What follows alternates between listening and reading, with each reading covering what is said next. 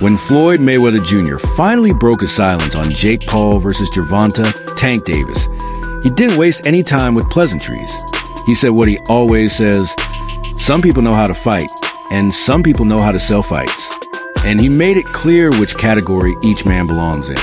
Mayweather praised Tank Davis's skill and power, calling him a formidable force in the ring. But for Jake Paul, the praise came with a firm boundary.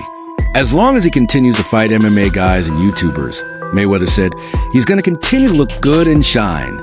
But once he fights a real fighter that can really fight, it's not going to be that good. It was the same message he has delivered for years. There are levels to this, and Jake Paul hasn't yet reached the one where elite champions live. To Mayweather, the YouTuber turned boxer is a savvy entertainer who knows how to move the needle and make good money. He even admitted he likes watching it, but he drew a sharp line between entertainment and elite competition.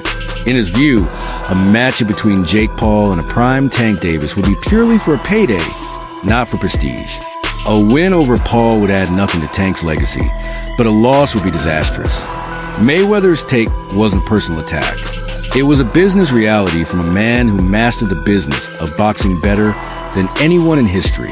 And if you're wondering why Mayweather's opinion still carries so much weight, remember that he isn't just a former champion.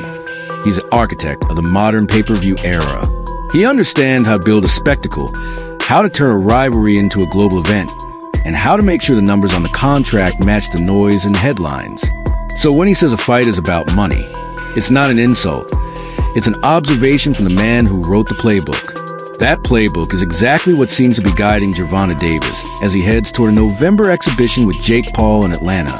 The fight, set to stream live on Netflix, has been met with a mix of excitement, confusion, and outright scorn from the boxing world.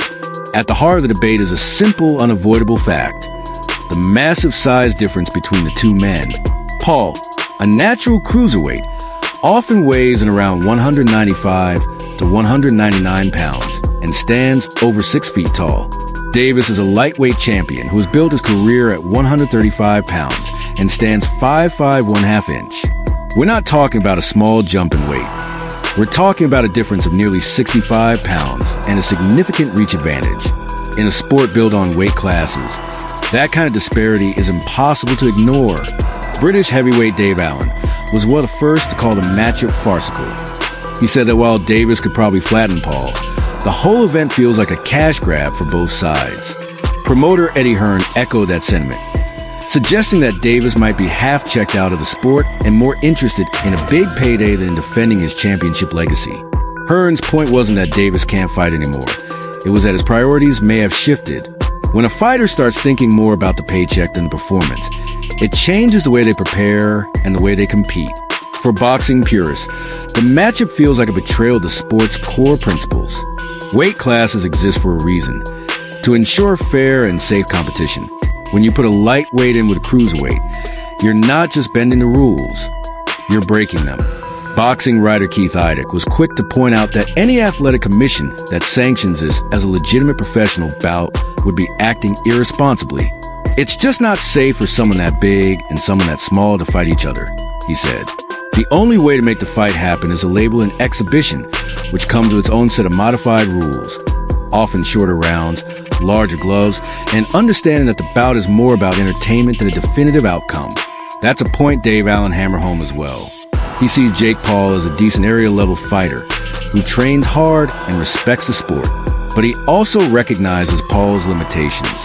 I watched one fight against Tommy Fury, the only professional boxer in and around his prime years, and he got beat.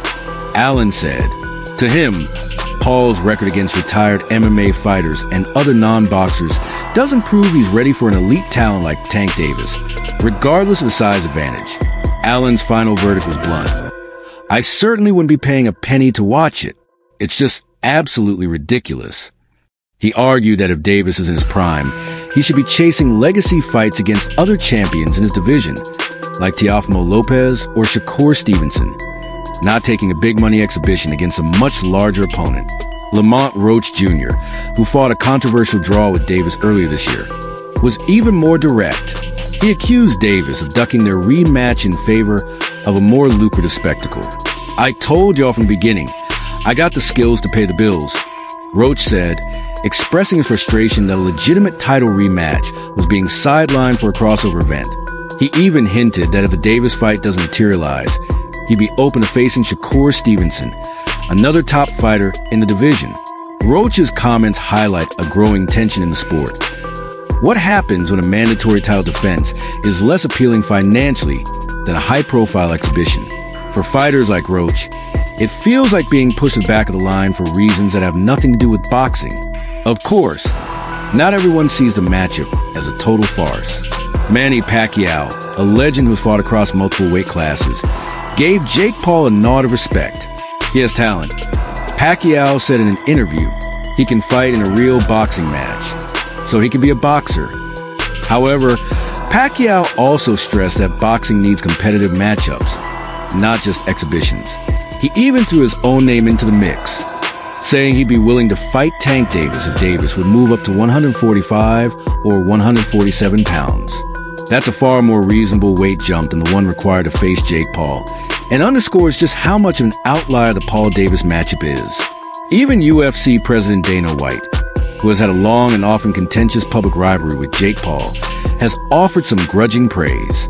White acknowledged that the Paul brothers have brought a lot of attention to combat sports, and that Logan Paul, in particular, is brilliant at promotion.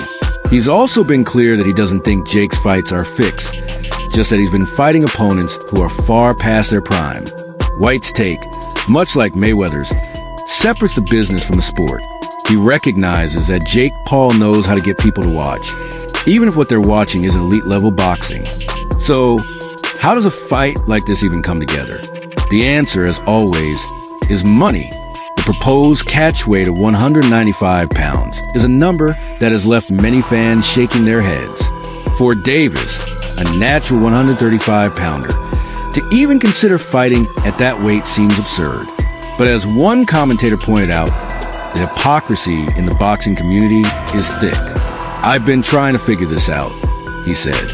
"Why was I a Tank hater for wanting to see him go up 5 pounds to fight Teofimo Lopez? And all of you were saying, you want Tank hurt. Then I'm convinced, okay, he's too small, but he can fight Jake at 195. It's a fair point. The logic seems to bend depending on the size of the paycheck. And the paycheck for this fight is expected to be massive. With Netflix streaming the event to its global subscriber base, the potential audience is far larger than what a traditional pay-per-view could deliver. This is a fight designed for casual fans, for people who know the names Jake Paul and Tank Davis but may not follow the sport week to week. It's a tentpole event designed to draw eyeballs and create a spectacle. And in that sense, it's already a success.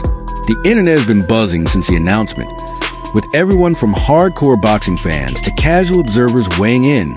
Even Tank's own fan base has been divided, with some supporting the move as a smart business decision and others calling it a sellout. The question of who has more to lose is a complicated one.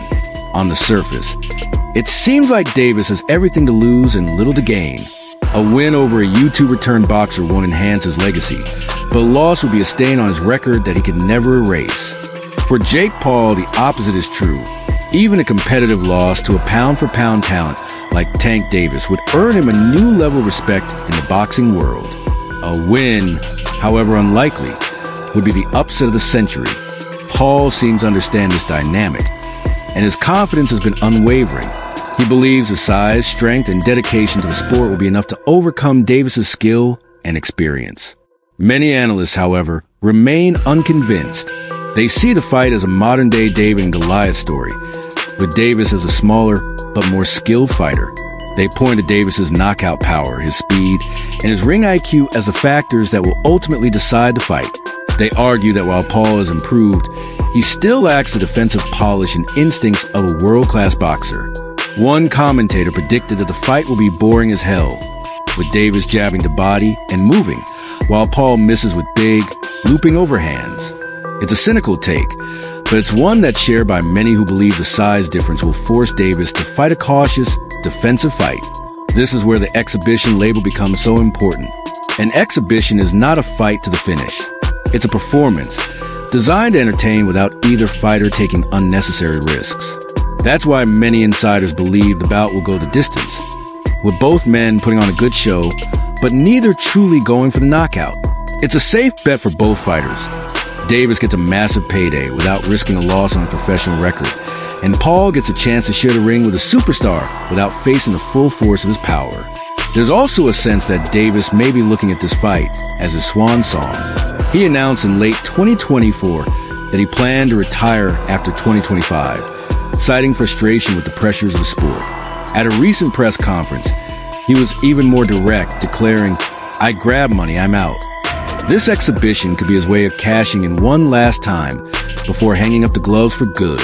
As one analyst put it, Davis seems to be following the Mayweather blueprint. Pick your spots, maximize your earnings, and get out before the sport gets you. In the end, the Jake Paul versus Gervonta Davis exhibition is a reflection of where boxing is in 2024. It's a sport caught between tradition and spectacle, between legacy and entertainment. Purists will hate it, casual fans will love it, and everyone will have an opinion. The fight has already turned fans against their favorite fighters, sparked debates about the integrity of the sport, and forced everyone to confront the reality that money, more than anything else, often decides who gets in the ring. So, does this matchup damage boxing's legacy, or is it the kind of hype the sport needs to stay relevant in a crowded entertainment landscape? The answer probably depends on who you ask. For those who believe boxing is a sacred craft, a sport of kings, the fight is a disgrace. For those who see it as prize fighting, a business where the goal is to make as much money as possible in a short career, it's a smart move. Whatever your take, one thing is clear. On November 15th, millions of people will tune in to watch a lightweight champion and a cruiserweight YouTuber trade punches in a ring in Atlanta.